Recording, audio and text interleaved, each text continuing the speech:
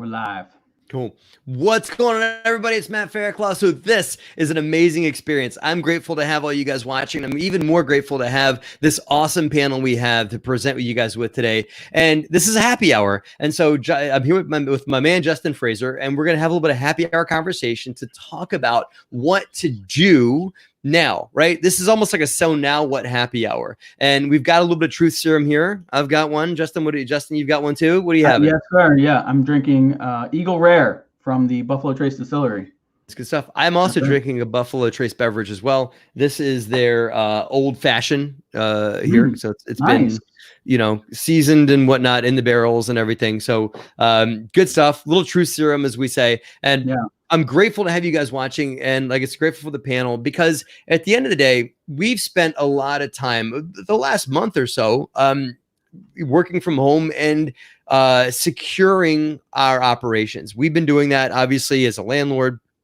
You guys watching as well, for whatever it is that whatever field of work that you're in, you've probably spent the last couple of weeks making sure that what you are managing is okay. Let's build that foundation. Let's make sure things are stable. Let's stabilize and make sure things are here first, right?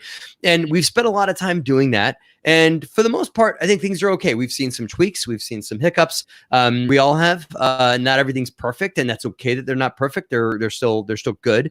And now that we've kind of got our head around this thing, now it's time to look at this and say, okay, we're likely going to be quarantined for a little bit longer. Likely going to be going into some sort of a downturn, recession, whatever it may be, coming after this. So now what? I think of the Warren Buffett quote that, and this really applies really well when we have a little bit of hindsight, that when the world is greedy, be scared. I'm totally paraphrasing this. When people are greedy, be scared. And when people are scared, be greedy. Meaning, like, when the market's doing this, be careful for the dip. And when the market's doing this, you should buy in, because you can buy things at a great deal. If I owned a couple of million gallon storage container, I would buy a ton of oil so I could store it, because oil is at an all-time low with regards to futures. So it means I could buy lots of oil and resell it. I mean, oil was selling for over $100 a barrel, inside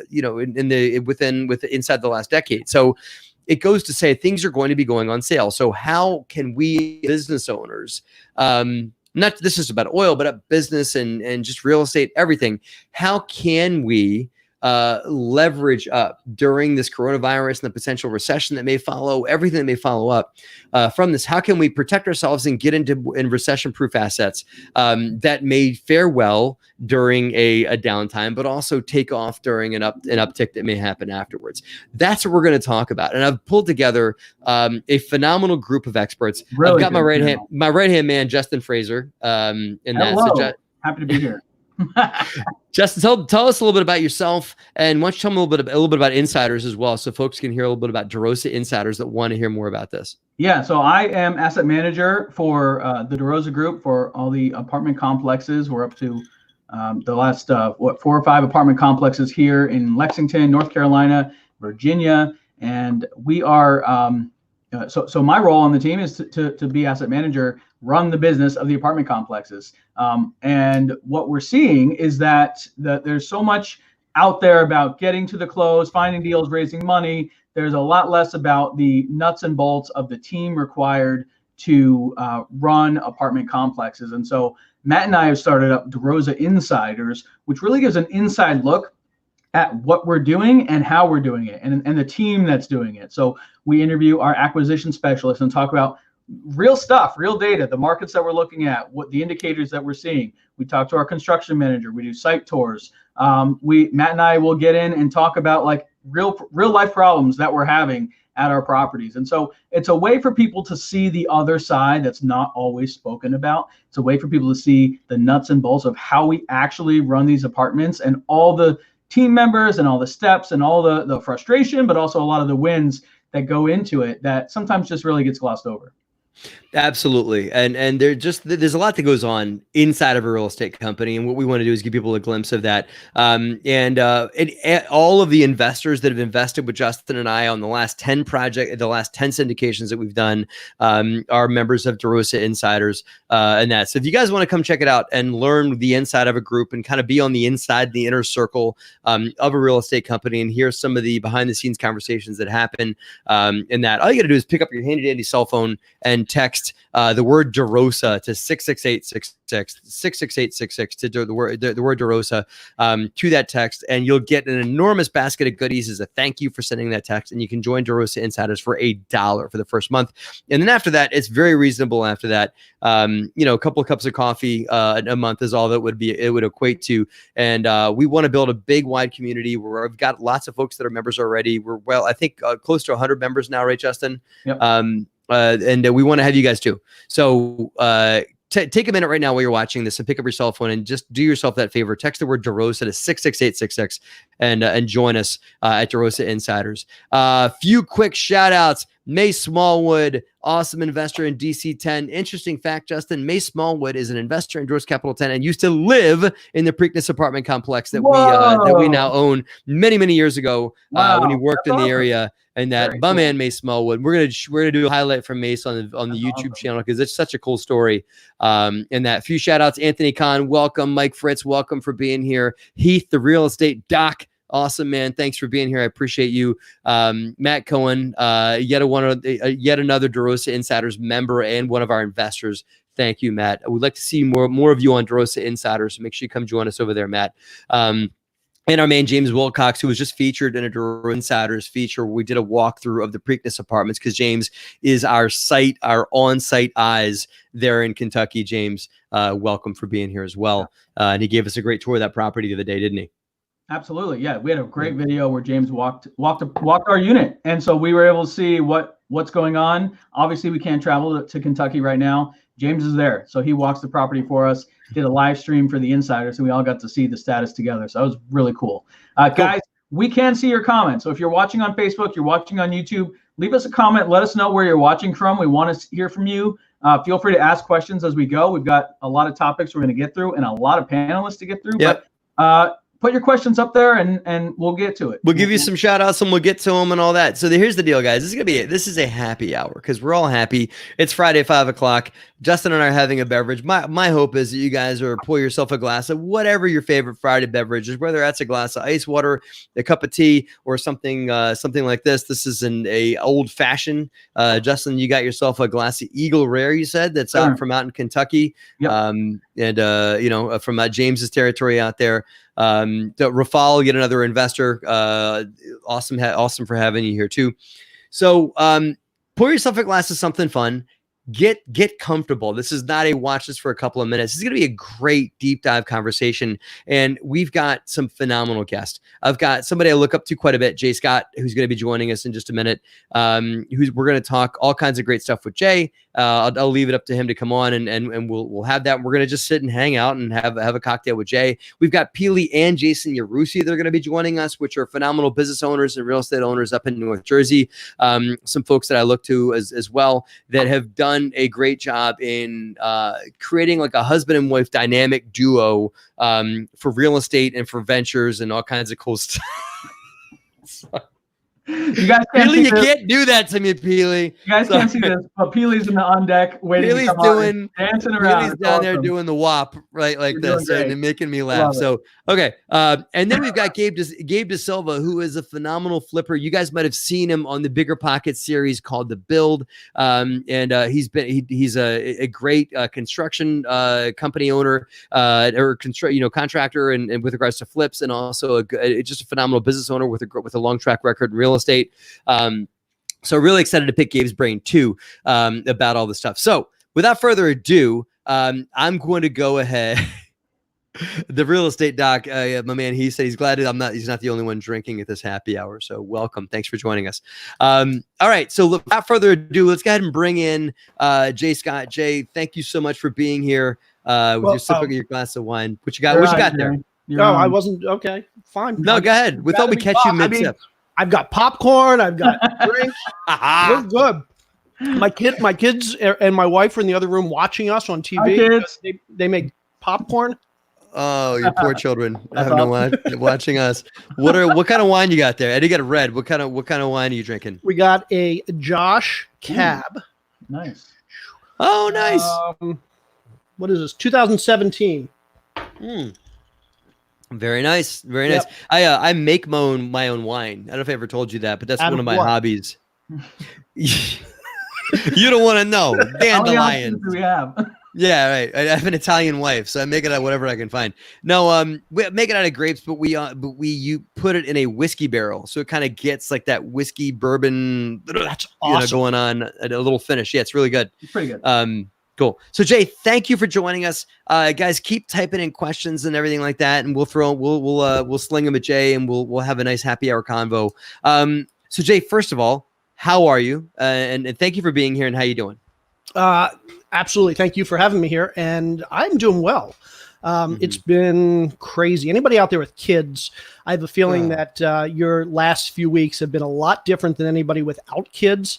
Lots of homeschooling, and thanks to my wife, who's kind of done most of the whole homeschooling, I've kind of been insulated. But yeah, it's been a crazy couple weeks, but it's also been pretty productive. It's given us the opportunity to kind of focus and really start thinking about what's on the horizon, what we're going to do over the next few months and few years. So it's been both good and bad. Cool. Let's. Before we get into like growth and everything like that, you know what? We should put a pin in this one because this is an awesome conversation. I want to have Pili and Jason on for the awesome conversation that we could all have about parenting during Corona crazy, and that because that's a great happy hour conversation that we can get into because we've all got the truth serum going on here. So let's go there in just a minute once I got Pili and Jason on. But so Jay, you are a long track record of real estate owner and also an entrepreneur too. I mentioned before about, stabilization, and I get we're not fully done with what's happening. But now it's people that I've talked to have spent a lot of time, including reading the phenomenal Facebook post that you put out there, which really started all this. Thanks for that. About the planting the seed of business ownership over this. So can you give us a little bit more about like why should we be looking at businesses right now to buy? Why business ownership is why should that be something we should all be considering going into what we're about to go into? Yeah. So, I guess there's two answers to that question. First, there's the general why. And from a general perspective, anybody out there, I assume a lot of our guests and listeners out there are real estate investors. To a large extent, investing in assets, regardless of whether it's real estate or business or any other types of assets you might invest in, especially if it's all cash flowing assets. There's a lot of similarities in how you find those assets. There's a lot of similarities in how you manage those assets. There's a lot of similarities in how those assets are valued. So for anybody that's doing real estate investing, making that jump, once you understand how real estate works and how it's valued and how it's bought and how it's sold and how it's managed, once you understand that, making the jump then to business is actually not that big of a jump. It's a relatively easy jump. So for any real estate investors out there that are looking to diversify, that are looking to do something a little bit different, they don't have to take a massive, massive leap. If you understand real estate, it's so analogous to business that making that leap is relatively simple. And we can go into more detail there if you want.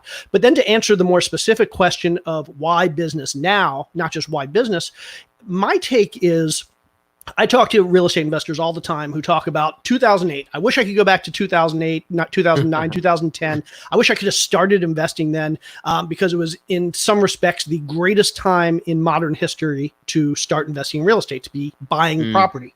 And unfortunately, obviously, we can't go back to 2008, 9, 10. Actually, maybe fortunately, it's not necessarily a bad thing. But we may never have that same opportunity in real estate as we had in 2008, 9, and 10.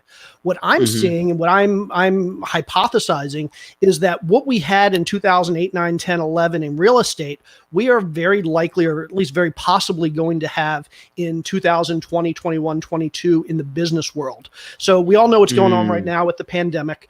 There are millions of business owners out there that are in one of several situations right now. Either they are in a business where they're thinking, I'm not sure that this business is working for me. I ran a business back 2014 to 2016. Of those 3 years, about a year of that my business was failing. I couldn't quite cut the cord. I couldn't quite turn it off. I kept thinking, okay, I'll give it another month, making my payroll, making a few sales here and there. And I can never find the right time to turn it off. There are millions of those businesses right now. And for a lot of those business owners, this event, while catastrophic, is going to be the thing that basically says, okay, this gives me permission to shut it off, to kind of move on to something else. In addition, there's a whole bunch of businesses. There are probably millions of business owners out there who are pretty close to retirement, who are probably a year or 2 or 3 from retiring. And this may mean having to essentially rebuild their business from scratch. They may decide now's not the time. I'm getting up there in age. I don't want to rebuild. Now's a good time to either sell off or close down my business. And then finally, there's this third group of people, this group of people that are just like, my business was doing okay. I could probably survive this. I could probably restart, but this was just too much. It either took too much of a financial toll, too much of a psychological toll. And they decide, I'm either going to do something different. I'm going to go back and get a job. I'm going to start a different business. And so those 3 groups of people, between them, they're going to be literally millions of businesses. I mean, we have 33 million small businesses in this country. Literally 10 to 20% of those over the next year or 2 or 3, business owners could decide, I'm closing my doors or I'm going to sell.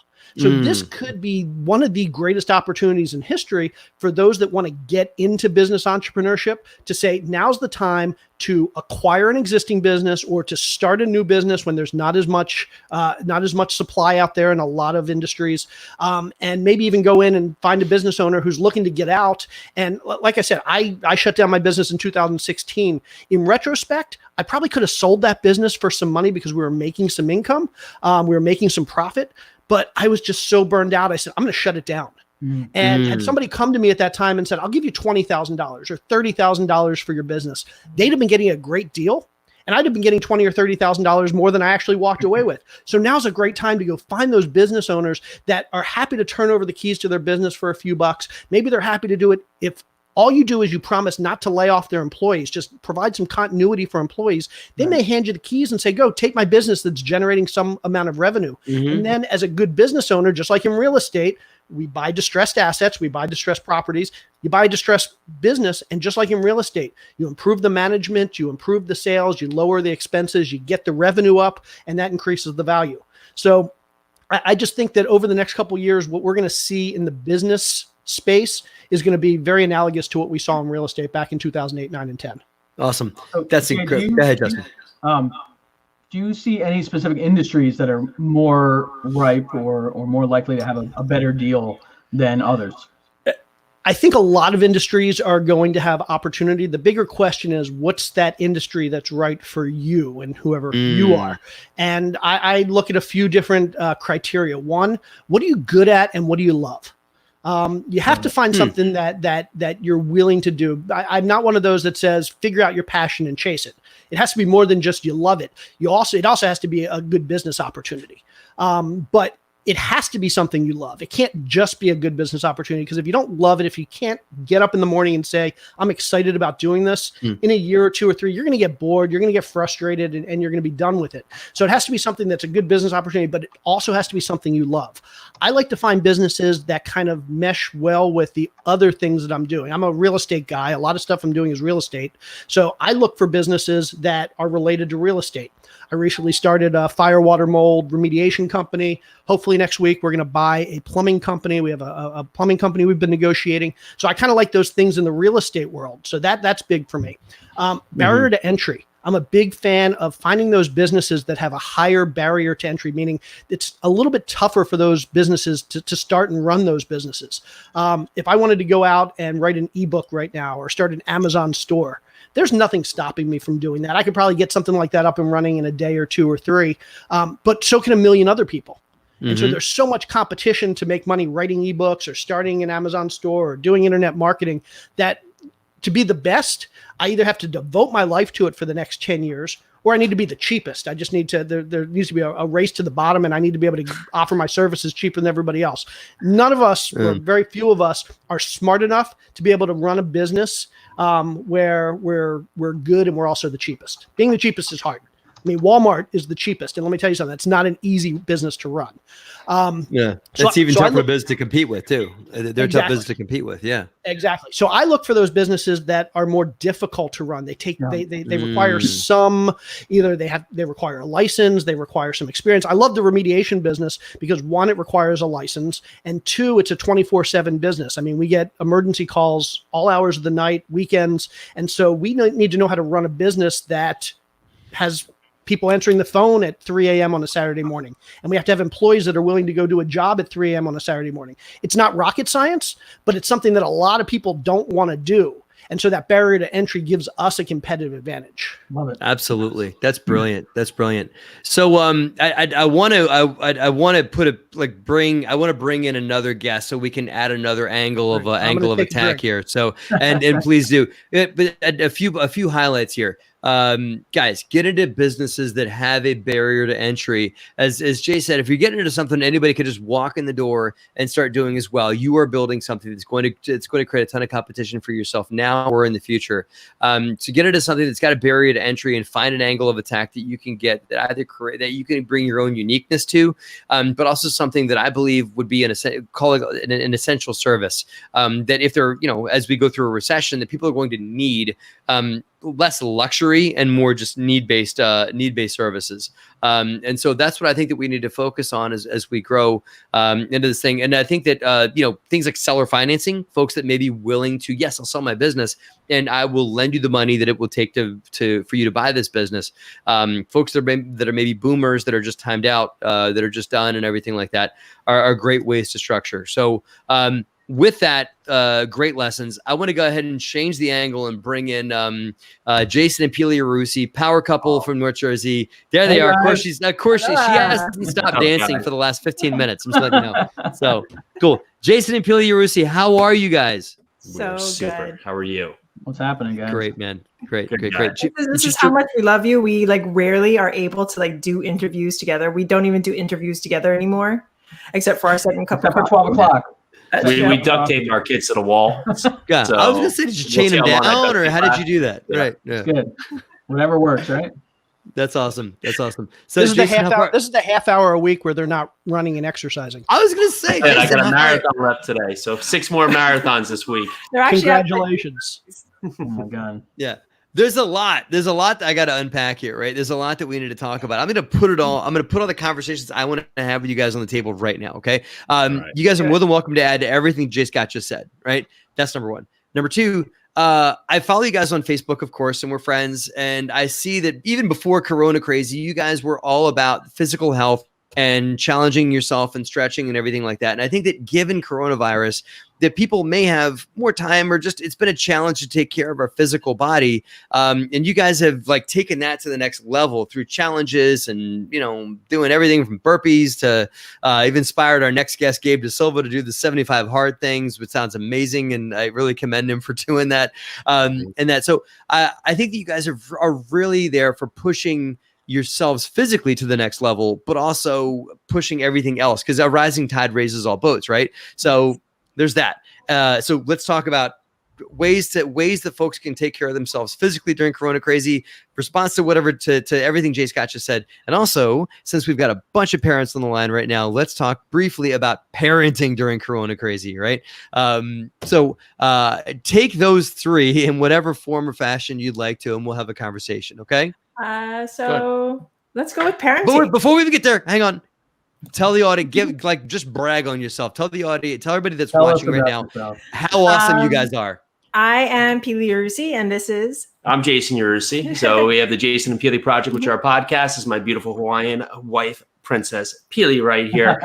We met back in 2003, working on a crazy barge that served about 25,000 people on a Saturday. And that formed a lot of our beginnings of understanding each other, and then took us about 13 years for me to convince her to go out with me. So we had a lot of lessons learned in there, and a lot of operations, and opened and sold some business in between, and came out to New Jersey a couple years ago to really help steer the family business after Hurricane Sandy happened. And from there, got into real estate. We do apartment syndication today, and we work out a ton. I'm running 460 65 or something miles this month, and that's been fun. My feet do not think so, and my wife is crushing it, taking care of kiddos. It's been amazing. I mean, seriously, it has been amazing. And I love the fact that's why I let Jason say this story, because I would sit here and like tell you minute details and we would go into the drama of everything. So I love how you like got time for that. No. Yeah. Like condense like years of our lives together into like 5 seconds. I love it.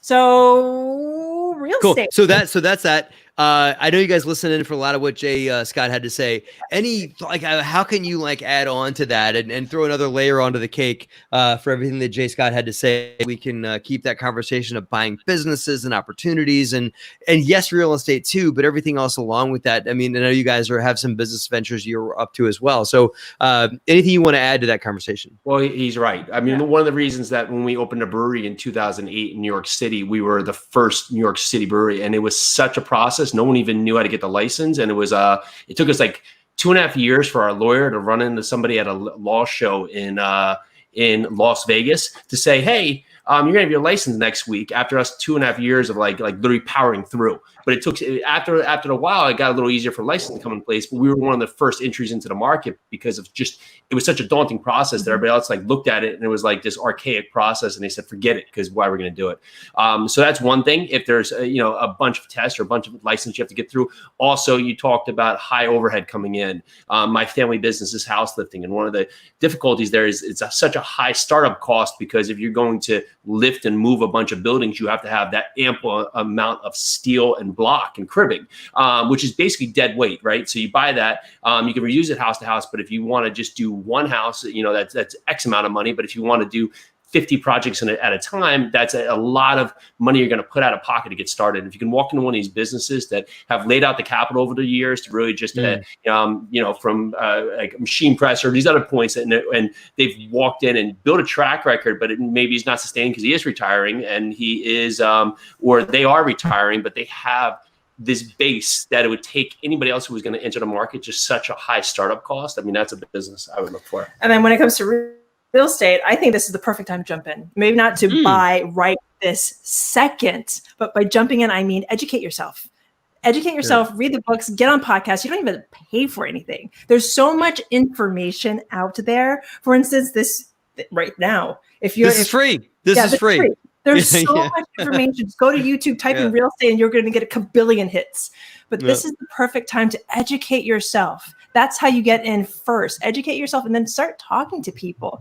Get on Bigger Pockets. Start posting on people's pages. You want to get known by people? Start liking their stuff. That's right. And they'll notice. Comment. So, if you're just starting, or even if you're in it, like this is the perfect time to start reaching out and branching out and making your network bigger, because we are all online. So this is the perfect time, I think, to jump into real estate.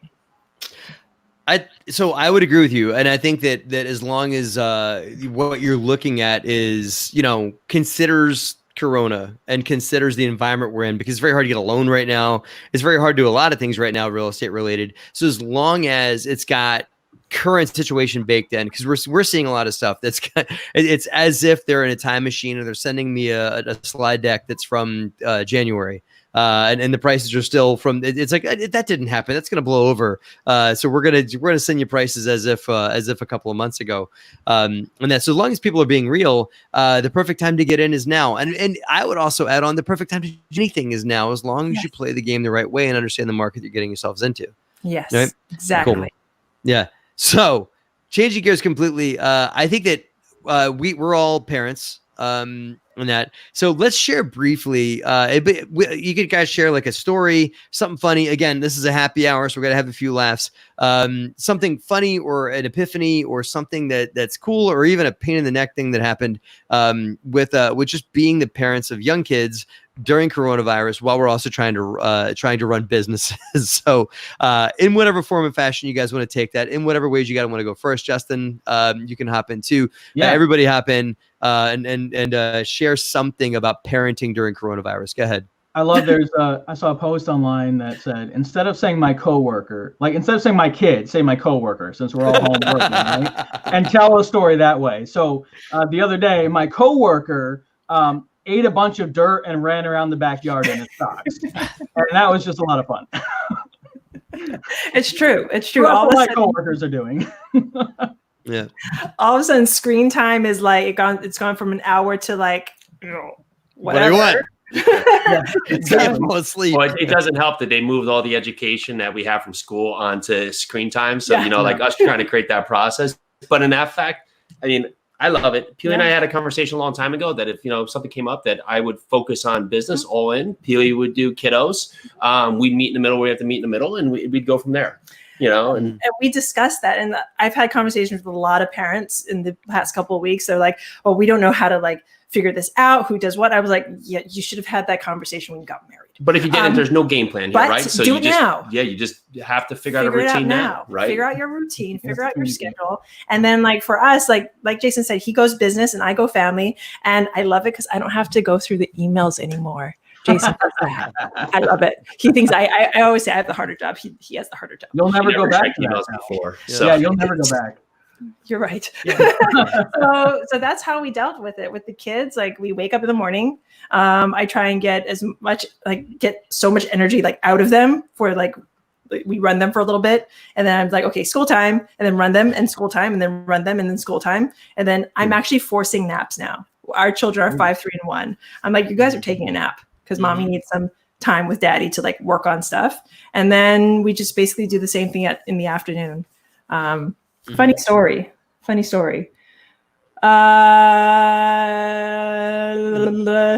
think about that. I know you got a funny story in you somewhere, but I'll give you a break. We shaved my son's head last night. Yeah, I know. Yeah. He wanted the Yarusi cut. I'm very close because I'm getting shagola over here. Join us, Matt. Join us. I very well may, but we shaved his head, and this morning he was sad. He's carrying around this Ziploc bag of his hair. So I was thinking, like, is it gonna come back soon? Because my wife kind of talked him into it a little bit. And he's like, oh, it's fine, son, it'll be okay. But we talked him into allowing us to shave his head, and that's been great. One more thing, we're gonna put on my kids have gotten into movies that I grew up on, so we've been pushing those. So we're gonna watch E.T. tonight. Nice. Which I wanted to make sure. Yeah, I think that's all right. He's 6, his sister's 3. Should be all right. Here's a tip for you, Matt.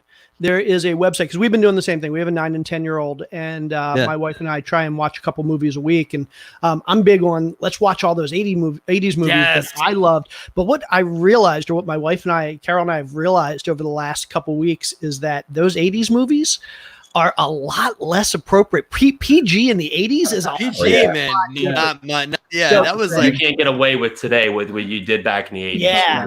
So PG means that there's no like nudity. That's what PG means. But plenty of profanity and everything like that. It's misogynistic. It's racist. It's ridiculous. The stuff that you could get away with in the 80s. It's horrible. There's a website called Common Sense Media. And if I got that name wrong, I'm sure if my wife will barge in behind me and tell me I got the name wrong. I think it's called Common Sense Media. And it basically talks about all the movies, and it'll say what ages it's appropriate for, what issues it has and doesn't have. And so that's kind of where we go before we watch anything. I've got to check that out. I brought up, hey, Indiana Jones is kind of cool. He's got the whip, he's swinging, but then you got the part at the very end where the guy's face melts and stuff like that. My 6-year-old might not like that part. We were watching Temple of Doom 2 nights ago, and we turned it off at the part where they're doing the human sacrifice. We rips his heart out. Indy, cover your heart. That'll do it. Yeah. You didn't make it to the part where he was eating brains and stuff like that. Yeah. We actually did see that part. The kid got through that part. Yeah. Oh, jeez. Pili, did you think of a funny story? Well, the funny thing is, like, everything's just changed. Like, I used to be, because our 5-year-old would go to kindergarten. I would take the kids to daycare, and then we would I would come home, I would work, the house would be super quiet. And now it's like full. And I love it. I love it being so full. But then when I need time, I actually go to my 5-year-old. I'm like, if you really need me, you come inside the room. Like, for instance, now you come inside the room, you get mommy and daddy. But right now, your sister and brother are your responsibility. Well, our 1-year-old is riding our bulldog right now. And so the old one doesn't move, but the young one, she was like, I don't know if I should be upset about this. Yeah, our bulldog. Now she's like, he's done it like 50 times. I just give in. I can't be upset. Yeah, I'm just going to let him ride me and just let it go. Dogs know. It's easier to The let it problem is Better you get penalized for being a good parent because, I mean, we know this firsthand. Carol, we have the same kind of thing as Jason and Pili, that like Carol has kind of been focused on the family. Like she takes the brunt of that. I take the brunt of the business and we meet in the middle and we share. But realistically, I mean, she's the one that always makes sure like our family life stays together. And she has been so focused on the kids for the past 9 or 10 years. And I know they're listening to this right now. So love you boys. But she's been so focused on them for the last 9 or 10 years that now it's like every day, like they're constantly mommy, mommy, mommy, mommy, daddy, daddy, daddy, daddy. And it's like, she can't get 3 seconds to go to the bathroom or take a shower or because they're just so accustomed to her always being there and being available. We're seeing the exact same it's been thing. a crazy couple weeks. I don't know how the kids are going to go back to like regular school. Like all of them are just so used to now having the both of us there, and especially having me there. I don't know how it's going to transition back to school. In fact, Jason and I are having a conversation that we might not put them in full time. Like especially our 3-year-old and our 1-year-old. There's no real reason because we can actually function at a really, really high level with them being home. So why wouldn't I want to keep them home and teach them the way I want to teach them? Wouldn't that be an option? Wouldn't that be a great option that it's not there right now, but what if you could send your kids part-time to public school? You know, like our kindergarten is actually still half and half, you know, so you got a half day. And I was like, yeah, that's actually okay. But I'm talking about bring it up, right? Bring it to like Jay's your kids. You said your kids are like 9 and 10, right? And that. So what if you could send your kids? I'll ask you this, Jay, if you could stay at home with your kids for 1 to 2 days a week and send them to public school the other 3 to 4 days, would you do it? I think both Carol and I would have said yes a couple weeks ago. There has been I think our experience has been a little bit different the last few weeks down here where we are. It is the amount of work our kids have gotten over the last few weeks. It's got to be twice as much work as they do in a typical day in school. I mean, literally, we're still helping them with work at 7, 8 o'clock at night. And Carol starts with them at like 8 o'clock in the morning and it's a 12-hour day. We've had to make adjustments to try and squeeze everything in 2 or 3 days so we get a day or two off. But yeah, I think a couple weeks ago, I know Carol for certain would have said, yeah, I'd love to have my kids home a couple days a week. But now it's just like, it's been difficult. Teachers deserve to get paid a whole lot more. I agree. They do. I think they also don't. They don't quite get the workload balance for homeschooling. But it's my guess, as I've heard that just like I don't know, just give them all this stuff. This is all the supplemental everything we have, and that so maybe that can balance out. But anyway, well, my wife is the teacher, and they've gotten guidance from the district and the state that says like every student for every class should have at least 30 minutes of work, about 30 minutes of work. So she's trying to provide enough curriculum for them that if they watch a 5-minute video on how to do it, they've got 25 minutes of work afterwards. But it doesn't always even out that way. One final thought on kids before I bring in our next guest is that a good friend of Jay, a good friend of mine and yours, Ashley Wilson, gave me a great insight, which is that although this is stressful for us, our kids are going to look back to these days as the best time of their life, I think. That they were home with mommy and daddy every day. They get to hang out with their siblings, and they miss their friends and everything like that. But this is going to be extremely memorable in a positive sense. I think they're going to remember these times very positively. I think even if they're complaining or whatever right now, I think they're going to remember this from a positive standpoint when they look back on it. Would you guys agree? Yes. Oh yeah. Yeah. Absolutely. 100%. So cool. All right. With that, I'm going to go ahead and bring in our next guest so we can go into a roundtable conversation about whatever comes up. So I'm going to bring in Mr. Gabe DaSilva.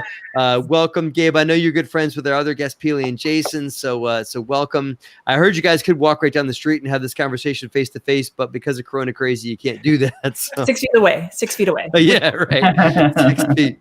Yeah. Cool. So before we get any further, Gabe, why don't we give you a little bit of a spotlight and tell us a little bit about you and introduce our audience to you so they can know what you're up to these days. Yes, I'm Gabe DaSilva. I am a investor, developer, educator here in New Jersey. Like you said, I'm Pili and Jason's neighbor here in Westfield, and I am super excited about the opportunities that are presenting themselves to us now, and even more so as this all shakes out. And excited to be here with you guys. Thank you for having me on, and excited to mastermind and jam out on what's happening, what's coming, or what we believe is coming, because we're all speculating. Like Jay, let's say. Yeah. And one more thing, is that a humidor behind you? Yes, I have. That's awesome. Good eye. I've taken the cigars in place of booze during 75 hard. So cigars are my go-to. Here's my beverage for happy hour. It's number 3 of 4 to get my gallon in for 75 hard. Nice. You've been Yarusi'd, my friend. They're rubbing off on you. I actually have. It's about time I finally took this thing on. This is my second time through because I wasn't doing stuff like this. I wasn't being strategic about how much water I was consuming, about taking the picture first thing when I wake up, about getting those 10 pages in before the day gets away from you. Can you, before the deck glazing over it, can you give us a little bit of a context? And Justin, I don't know if you're able to do, Gabe and Pili and Jason together on the screen, but can you guys give us a little bit of a background on 75 hard and tell us about it? Or just Gabe by himself, whatever. But I'd love to hear a little more backstory about that. I've talked to Jason about it in depth, but if you could tell the audience a little bit about 75 hard and what it is you're in the middle of right now, so tell us what it is and why you decided to do it. Aside from Yarusi probably put you in a headlock and told you had to maintain their friendship, but why did you choose 75? What is it, and why are you on that program? Gabe, why don't you jump in because you're in the thick of it? So you take this one. Yes, I'm in day 10. This is my second time through. I got through 5 days and then missed the reading of all things. You have to read 10 pages of self-help or personal development, which I typically do every day anyway, but it wasn't part of my strategy, it wasn't part of my routine, and so I slipped.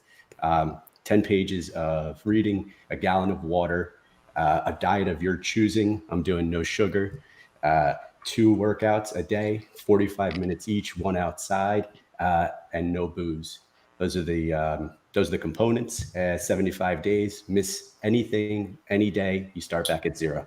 And I'm on day 10, my second time through, and feeling good, feeling a little bit physically beaten up. But the goal here, it's not necessarily a physical challenge as much as it is a mental challenge. It's about really, for me anyway, it's about winning the war with my mind and just not negotiating with myself on these things. It's being firm and being certain about doing this stuff.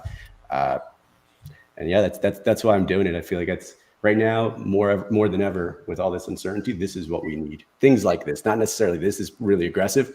For a lot of people listening, they might think this is a little wild, but I've done a lot of other things to get here. I've done cold immersion. I've done skydiving. I've done all these things to push past my limits. Yeah. And, I took this challenge on. You seem to be someone who questions your personal boundaries all the time and like pushes against them to find a way to expand. I love that. Which of those things that you're doing is the hardest? If you had to like name one, it'd be the most difficult to get there. Aside from the reading, I get that you drop the ball there. Total integrity to turn yourself in, because that is something that you could be like, I'll let it go. But I love that you turned yourself in, and it's like, you know what, I didn't do it. I'm gonna start over. So that's maybe what it is. But if that's not it, which of those other things to do is the hardest to do? No, the reading's easy. I just dropped the ball on that one day. The sugar. So my diet, I've chosen not to consume any processed or refined sugars, and sugars in everything. It's literally in everything. So you have to spend, not all day, but every time you're looking at anything you're trying to eat to make sure there's no processed or added sugars in it. And that's the most challenging thing, to not slip up there. The workouts I'm pretty much at the point now where they're just non-negotiables. So I went outside, got my workout in the rain. That's it. It's done. The second one will be on the bike inside later.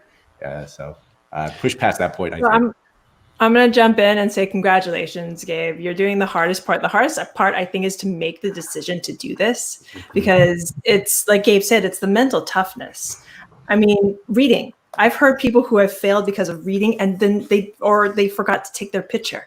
Yeah. And imagine waking up the next day and being like, okay, next day. And you look at your phone, you're like, oh, I didn't take the picture. No, but the thing is, the rule is no matter if you're on day 1 or day 74, you forget to do something, it's on you to turn yourself in and restart.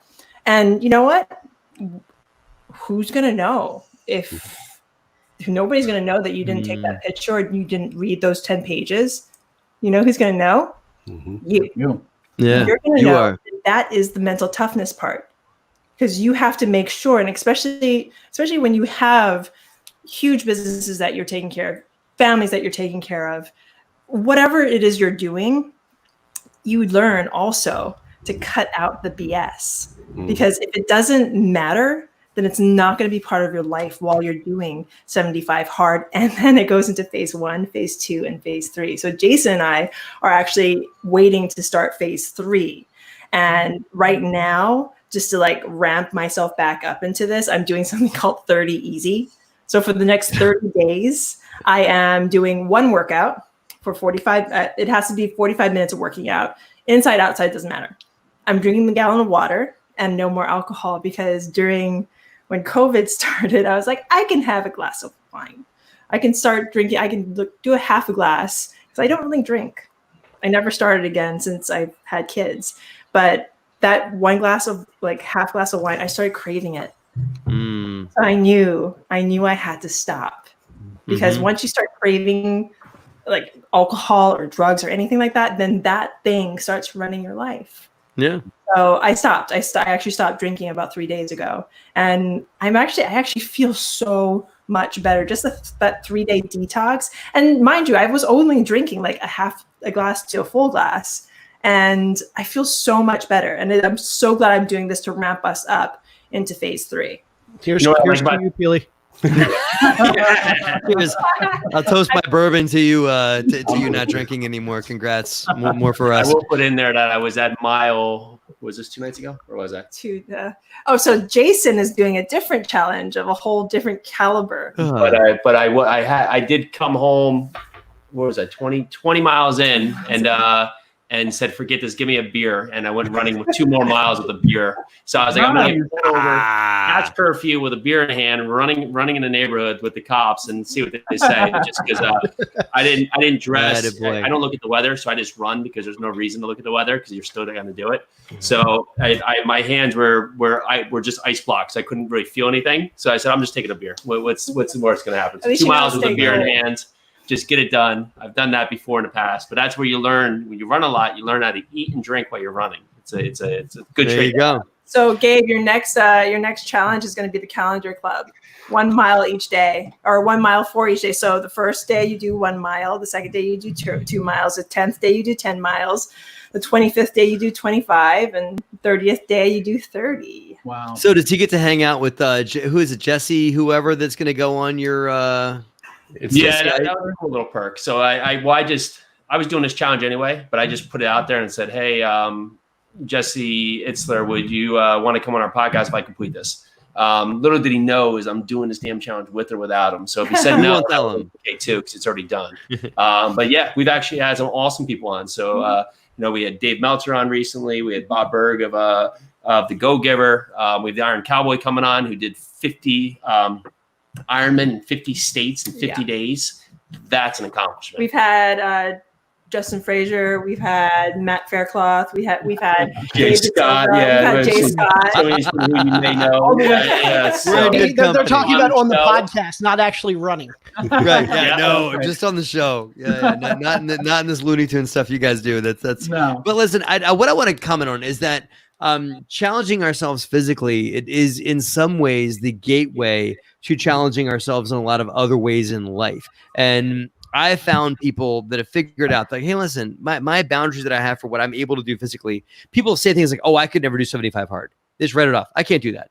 And so that's a boundary they've set for themselves. But what people don't realize is how self-limiting their boundaries are and what they can find themselves to somewhat in their physical space and what they can and can't do physically, whether that's I can't be a vegan or I can't, run a mile every day and add a mile for every day that there is in a calendar. So whatever that may look like, people put boundaries around themselves physically, but I also believe that we put boundaries around ourselves mentally, business-wise, all these things. And so that brings it back to today's conversations about coronavirus, right? Because there's maybe people that are listening to this saying something like, oh, I can't invest in real estate because of self-imposed boundary, or I can't go and buy that business that I'm super passionate about. And I've always wanted to own that one company I was talking about, as Jay Scott referenced to. I've always wanted to do that thing, but I can't because self-imposed boundary, or whatever it may be. Our boundaries get in our way, don't they? And I think that in a lot of ways it's sometimes physical, but sometimes other ways that cause us to dissolve those boundaries and create gateways to growth. Do you guys agree with me? I'm sure you do, right? Absolutely. So, Gabe, I want to pick on you a little more. You and I talked on the phone the other day about something that I thought was really cool about your prior history in the space we're talking about today, about business ownership. So can you tell us a brief story of your history in business ownership, how it went, and perhaps how it makes you relate to today to today's conversation of perhaps scaling up through business or taking coronavirus and finding opportunities to grow here? Yeah, sure. I speak small business intimately. That's in a past life. That's what I did. I owned and operated a restaurant before this. And so what those guys and gals are going through right now, I can relate. I know what it's like to cry in the basement of your restaurant, because sales aren't there, because people aren't coming in, and it wasn't COVID keeping them out back then. It was rain or city imposed shutdowns or utility work. Who knows what it was, what it is. But right now, I can absolutely relate with what's going on in that space. I know what they're going through. I know where their heads are at. I know too that on the other side of all this pain is going to be opportunity, and I don't take for granted what's going on, and I want to be sure to not come off as not relatable, because I understand that they're hurting, but on the other side of this are opportunities. Even through this, there are opportunities in our space now in real estate. There are people that are forging forward and doing things.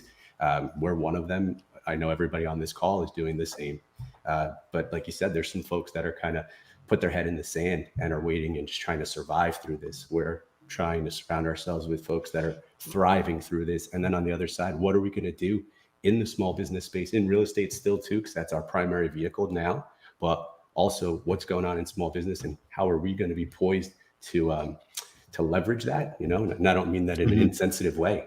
We're here to talk about how do we grow through this COVID stuff. And there just are opportunities. And like I said, I know the restaurant space really well. I know the fitness space.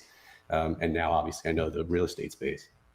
Well, thank you for that. And I appreciate putting yourself out there, going vulnerable, because I think admitting that you shed tears over your business is something that takes some cojones to admit to. And I think that we all have, but a lot of that happens behind closed doors because we put blood, sweat, and tears into these things, into what we do. We love them. We love what we do. I hope that we all do. And I can remember moments where I was there too. And that, so I appreciate you putting yourself out there. Roundtable right now, let's talk again. Now we got everybody here. We got a powerhouse conversation. And for the time that we've got left, I want to talk briefly about, or just for whatever time we've got, audience questions, guys. For these guys who are watching, we've got tons of people watching right now. Pump in questions you guys may have that you want us to fire off to this panel.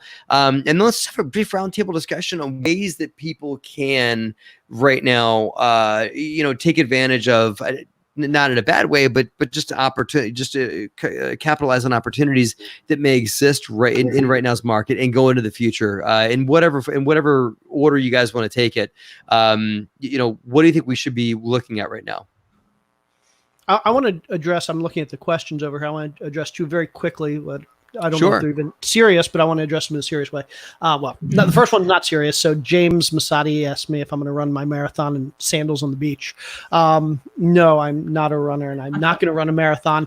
But that kind of takes me that takes me to Drew's comment about teenagers want to wake up at noon and go to bed at 2 a.m. and they want to know why it matters. And so I just kind of want to address that, because one of the things that I've noticed, and you guys can disagree with me, that's okay. I know we all disagree on this topic, but I've noticed a lot over the last couple months, even last year or two, there's this big movement towards you got to wake up early and you got to accomplish more before like 7 a.m.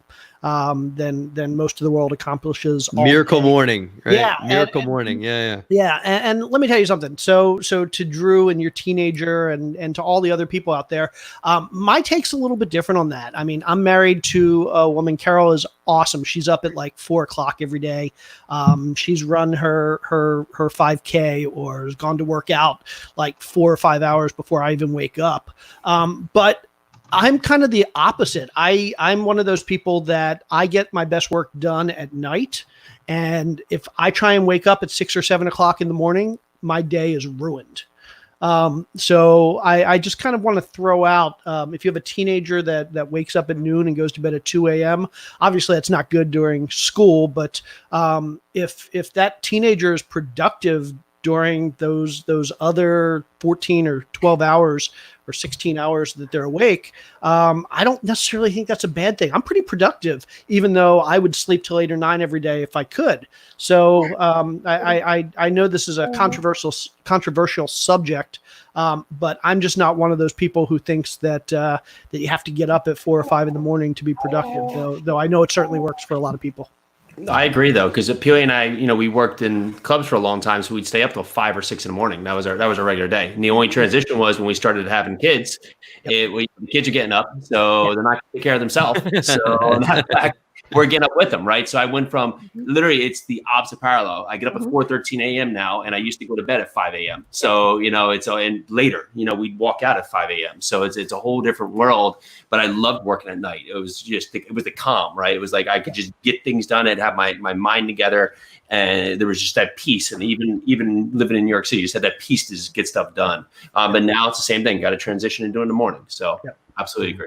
So if I could transition back to the businesses question, really right now, I think is keep your ears and eyes open at all times. This is the time that you need to be networking with everybody. You need to be talking to everybody online, and you need to be really, really reaching out to anyone and everything, and just keeping your eyes out for everything, because you don't know when the opportunity is. I think it's too early still to really know where the opportunities are going to lie, unless you guys have some secrets that you guys want to share. I'm not sure yet. No, I think there's ears open. Everybody's heard the Baron Rothschild quote, "Buy when there's blood in the streets." I don't think there's blood in the streets yet. There's some sweat. There's some sweat and tears in the streets, but there's no blood in the streets yet. And I think what we're seeing both in the business market and the real estate market is these markets are tremendously inefficient right now. There's a lot of constraint with supply. So not every seller that wants to sell is listing because they don't necessarily want people stomping through their house right now. Not every buyer who wants to buy is out there buying. So we don't know how much supply is out there. We don't know how much demand is out there now. And so when you have this type of inefficient market, in any inefficient market, you can't trust the values. So I think if we could flip a switch tomorrow and open everything back up, I think it's likely we would see one of three things. Either prices are going to be higher than they were 3 months ago, prices are going to be exactly where they were 3 months ago, or prices are going to be down from where they were 3 months ago. And I have my opinions on which one of those three it is, but we don't know for certain. And so to say we're going to buy a property now or buy a business now, that's a pretty big risk because, again, we don't know where values are going to shake out in a month or 2 or 3. And so I completely agree with Pili that right now is all about being opportunistic. If you find a deal that is so great that you can't pass it up, buy it. And if not, now's a great time. Like Pili said earlier, I agree with what you said earlier about now's a great time to just educate yourself and expand your network and start working on your credit, work on your cash position, open up credit lines. I mean, be prepared, learn about new strategies that work in a down market, and be prepared because in a month or 2 or 3 or 6 or 12, there's likely to be some opportunities that are really good opportunities. So don't just go curl up in a ball right now because things are bad. And also don't go stop paying attention because you think there's nothing to do right now. Now's a great time to just be preparing. That's great. So we've got a question from just about going with a broker, or I'll just throw it out myself. I'm not sure where it is on here, but so Jay Scott and Gabe, someone wants to buy a business. Should they go and find a business that they like and that they love in their local markets, or should they call a broker, business broker, because there is such an animal? Call a business broker and help them find this thing more on a regional scale. So business broker or find it yourself. Well, both. Yeah. So I said earlier. Yes. I said earlier that businesses are very analogous to real estate. Well, on the acquisition side, they're very analogous to real estate as well. So let's start with the bigger question of local or regional. If you're going to buy real estate, well, let's say you're getting started and you're getting ready to buy your first property. Where would you recommend somebody go buy their first property? In their backyard, in their neighborhood, in their city, or across the country? I think we can all agree that if you're starting out and you're doing your first business or your second business, you probably want to be close to home because you want to be able to manage it. You want to be able to learn the business. So that's the first. Second is, where do you find businesses? Again, businesses are very analogous to real estate. So first, there's on market and there's off market. In real estate, what we refer to as on-market deals or the public deals, the stuff you get off the MLS.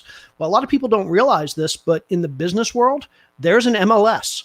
Most likely in your city, your state, if you go find a local business broker and you say, hey, I'm looking to buy a restaurant, or I'm looking to buy a mechanic shop, or I'm looking to buy a plumbing business, there's a good chance that they're going to be able to go onto a local, the equivalent of an MLS, and find all the businesses that are listed through brokers in that area.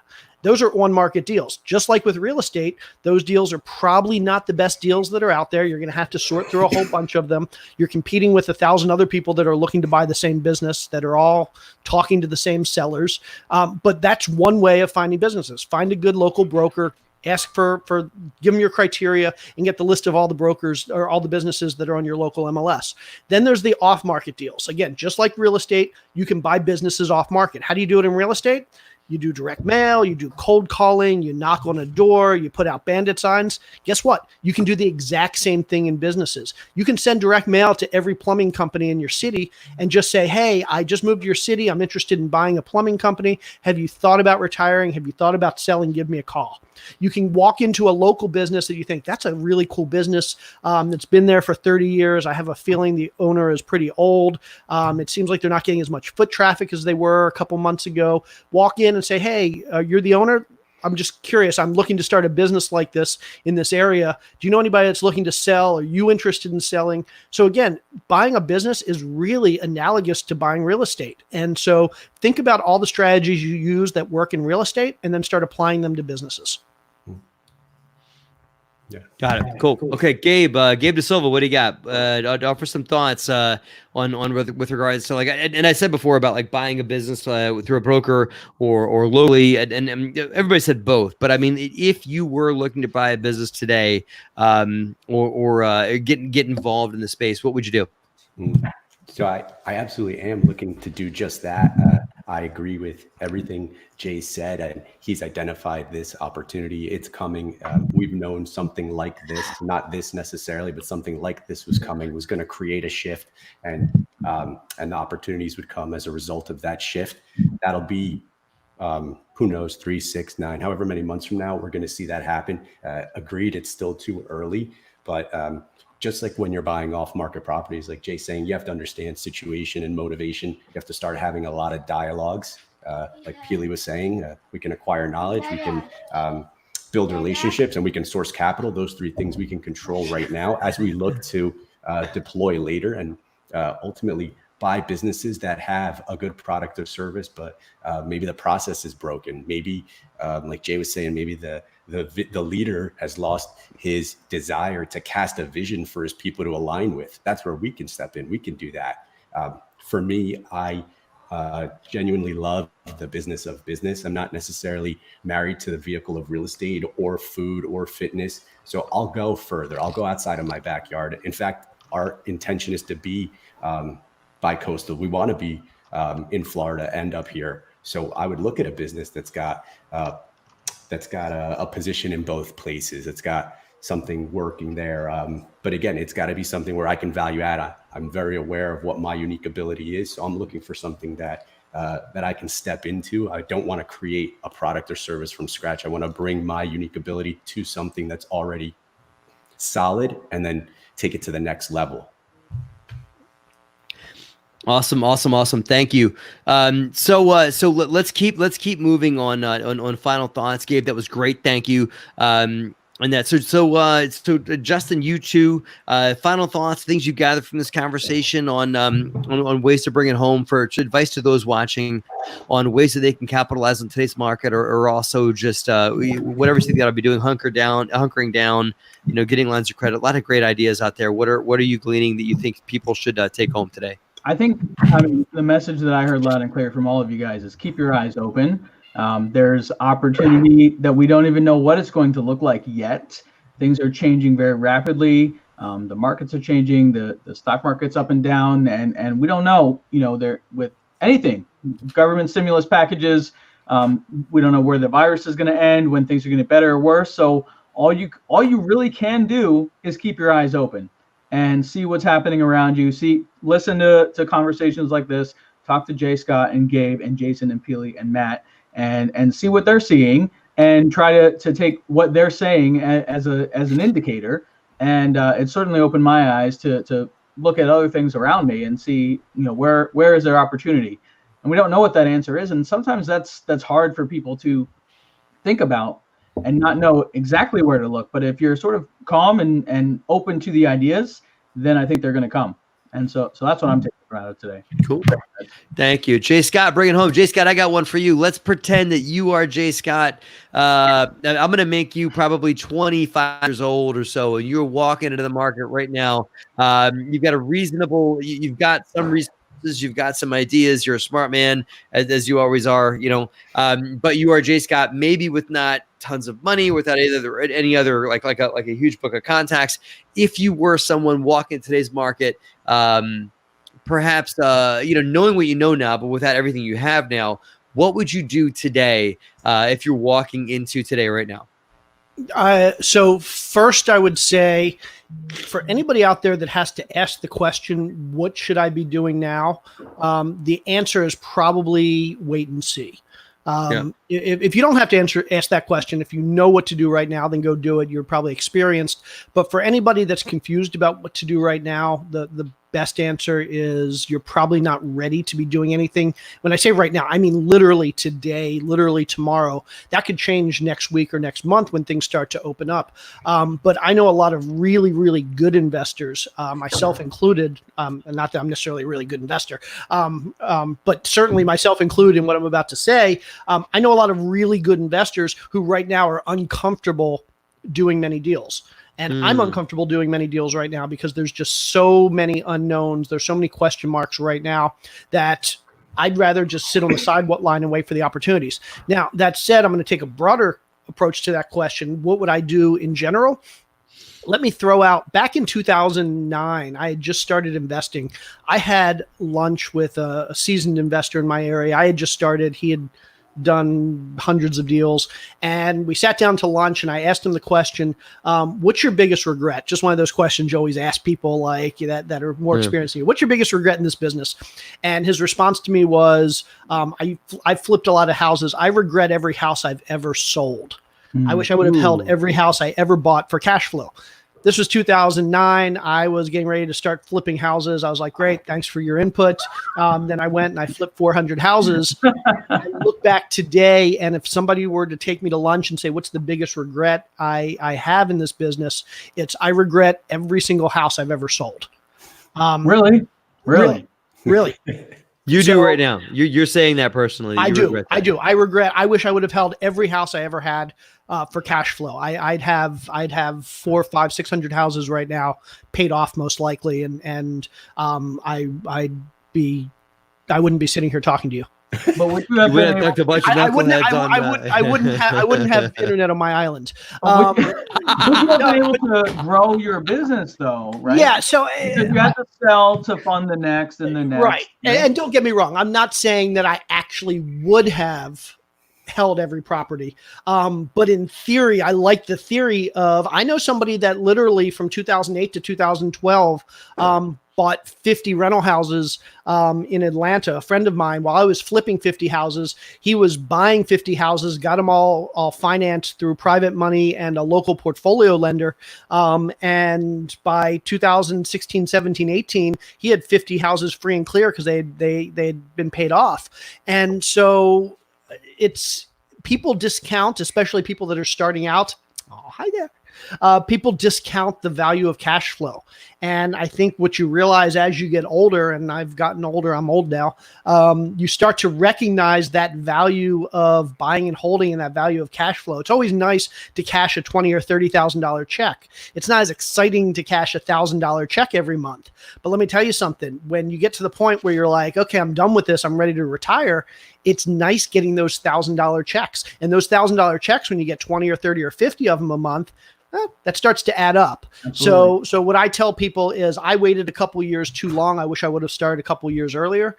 For anybody that's starting out now, don't discount that idea of cash flow. And if you're thinking of flipping 50 houses next year, well, maybe flip 40 and keep 10.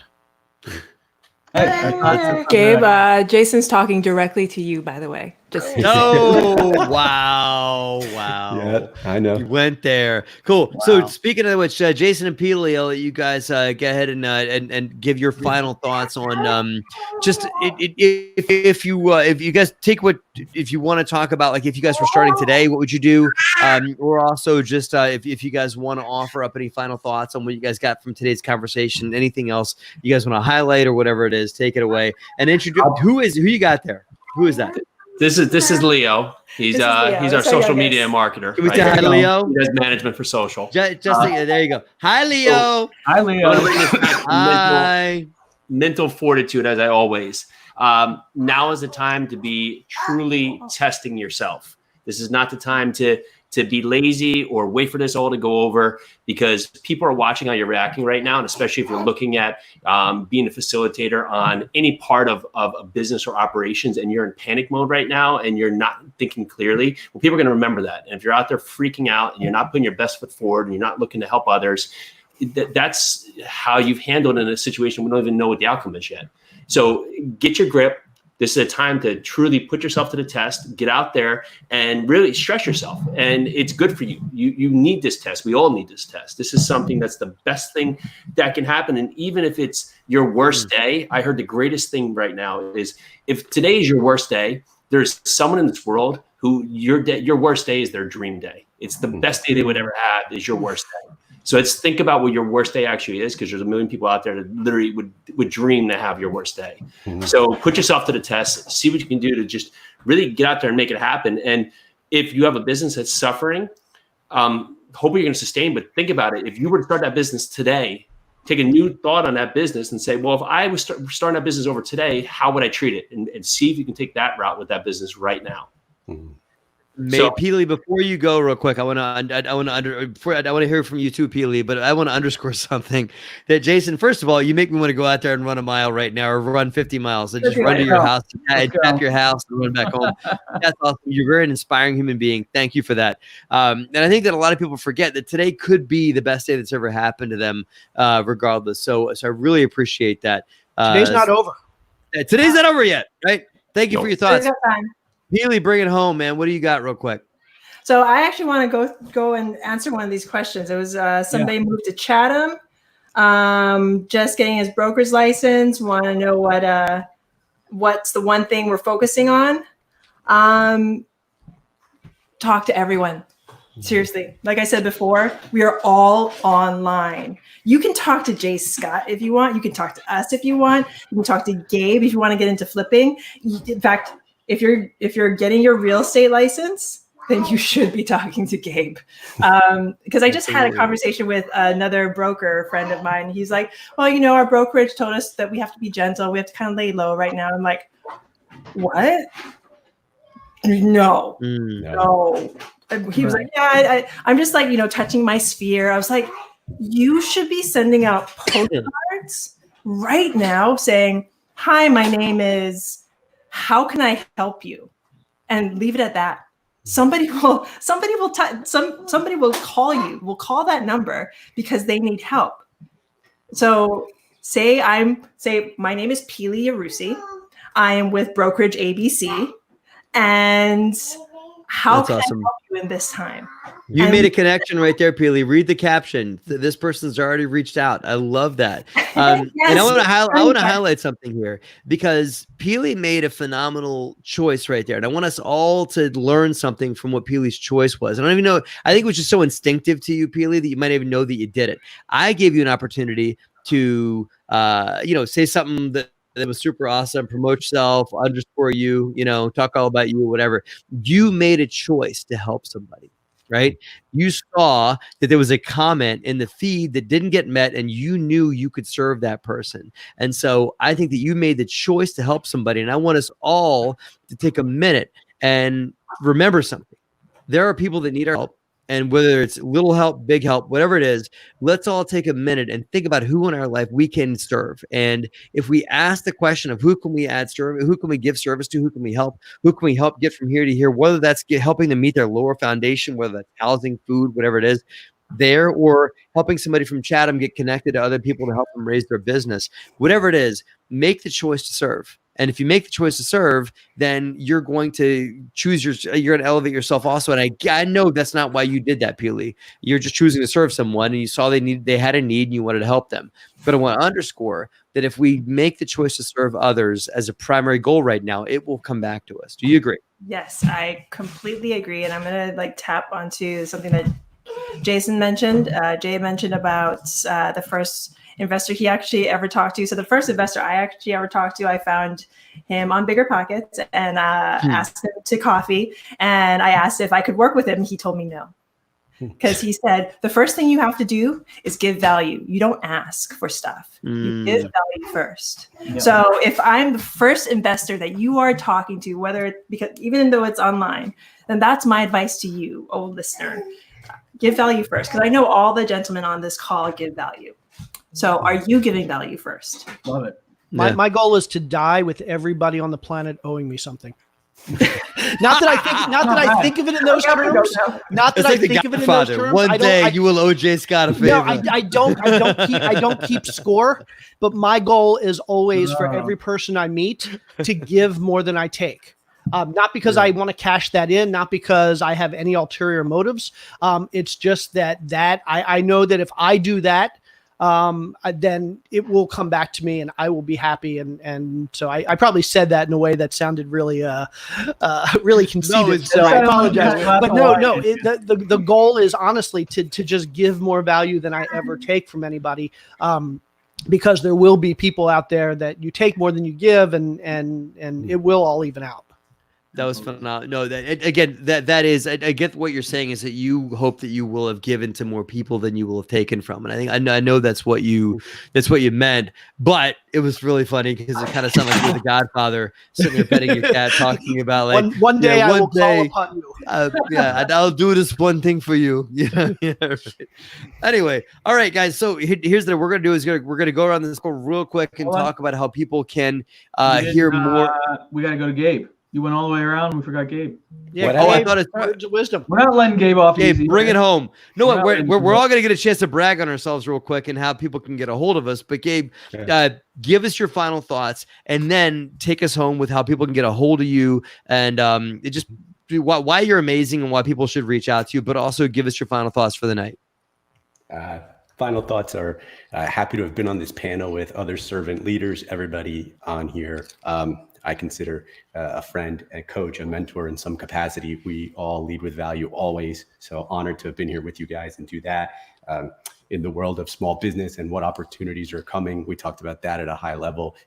Everybody be ready, because you're not going to have time to get ready. And if that's where you are in your business or in your life or in a position to invest and go heavy on the other side of this, just make sure you are ready. You are having those conversations. You are getting liquid source capital. You're going to need it if you're going to make a dent in anything.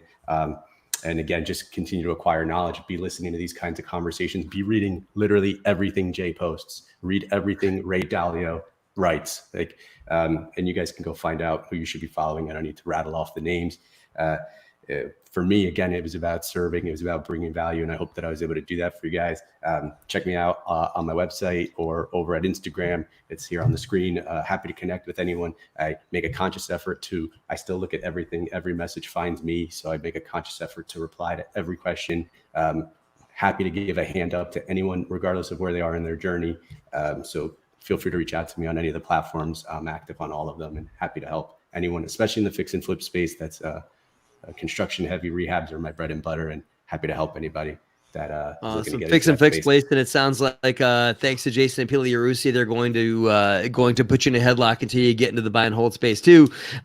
So thank you so much, Gabe, for being here. Justin, real quick, how could people get a hold of you and brag on yourself real quick for a second? Wait, that's not you. There he is. All right, there we go. Check out my podcast, True Multifamily. We talk about what happens after the close and all the fun stuff that goes into asset management. And we stop to sell it. We don't just celebrate at the closing. There's a lot of work to do after that. And so that's the mission, and that's what we talk about on True Multifamily. Sweet, thank you, Jay. How do folks get a hold of you? And real quick, and just why are you awesome? And how do folks get a hold of you? I am awesome because of the woman that's sitting in that room behind me. Boy, there you go. So, in all seriousness, I talk about this, and people, I don't know if they know to take me seriously or jokingly, but I mean it 100% seriously. That I think I've had a lot of success over the last 12 years, and about 10% of it is deserved, and about 90% of it goes to her. She has helped create our businesses. She has run our personal life. She has done the bulk of raising our kids. I've done a lot of raising our kids. She's done the good part of raising the kids. I've messed them up, and she's actually made them awesome. Taught them the good. So a very special thank you. I know in an ideal world, she'd be sitting here because she's the smart one. So that's what makes me special, is that I married the right person. Let's see. For anybody that wants to get in touch with me, let me. So as long as I'm talking about Carol, let me give one promo thing. Carol and I are co-hosts of the Bigger Pockets Business Podcast. So for anybody that's interested in learning about how to buy, start, grow, operate, scale, sell a small business, check out the Bigger Pockets Business Podcast. And for anybody that wants to get in touch with me, I'm going to give you my email address. You're always welcome to send me an email. Even if I don't get back to you right away, I try and respond to every email I get. But my email address is the letter J at jscott.com. Awesome. Cool. Thank you. So Pili, you and Leo, hi Leo, can you hear me? Say hi. Hi. Leo, can you blow me a kiss? Kiss? No. Justin, make Leo and Pili big again. So Pili, real quick, why are you and Jason amazing, and how do folks get a hold of you? And also, you can tell us why Leo is amazing too, if you like. So Leo is amazing because he is hungry and wet, and he is just loving life and being here with us. And I am so happy to be his mama. Why are Jason and I awesome? Because we finally found each other. Oh. Like Jay Scott, like you have the perfect, most wonderful partner that communicates with you and that takes your life to the next level. That's everything. Like there's so much that we wouldn't be doing right now if it wasn't for each other. So that being said, you can find us at the Jason and Pili Project, and every day at noon Eastern time, we do something called the Second Cup of Coffee, where Jason and I just basically kind of just talk to anybody that wants to talk to us. It's kind of like coffee talk without the. Well, I don't have a Jersey accent, but so Yeah, join us. From good. You live in New coffee. Jersey, but you don't have the accent. That's okay though. Yeah. Well, I'm originally from Hawaii, so if you get me started talking about Hawaii, I'll start like having the sing-song voice, and I'll start talking in Hawaiian, and it's a lot of fun. But yes, the Jason and Pili Project. You can also find us on our coaching platform, which is the Multifamily Foundation, and anything we can do to help you, you let us know. Find us on Facebook, Instagram, TikTok. We're even there. Just let us know how we can help. Cool. Jay, I've already got a text from your wife, Carol, about the great having you here. But I just want to put it out there. Yeah, I want to put out there that I'm going to have to pull in Liz, my wife Liz, who's giving the kids a bath in the next room here. That we're going to have to do a ladies panel on DeRosa Insiders for happy hour and bring in Pili and Carol and a few other women that we can bring to the table here and have that. So stay tuned for a ladies' night here for happy hour coming up very, very soon. Cool. So thanks, guys. Listen, I'll bring it home. Tell Jason I said goodnight as well. Pili, please. I'm sure he's chasing your other two around downstairs. No problem. So guys, audience, thank you guys for being here. Stay tuned for more and more happy hours. And if you guys want to hear more about what our company DeRosa Group is up to, just go to DeRosaGroup.com or pick up your handy dandy cell phone right here. You probably have it in your hand, maybe even you're watching on it right now. Text the word DeRosa, DEROSA to 66866 for all kinds of good stuff about it, keeping in touch with us. We'll likely keep doing these things on Friday at 5 o'clock as long as I can get good people to sit and chat with us and have a cocktail, whatever their drink of choice is. We'll keep doing this thing. So anyway, this has been amazing. Thank you, all you guys for your time this Friday afternoon, and for the audience for being here as well. I appreciate you guys. Justin, take us home, man.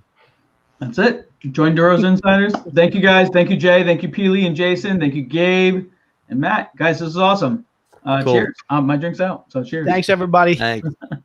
See you. Have a good night.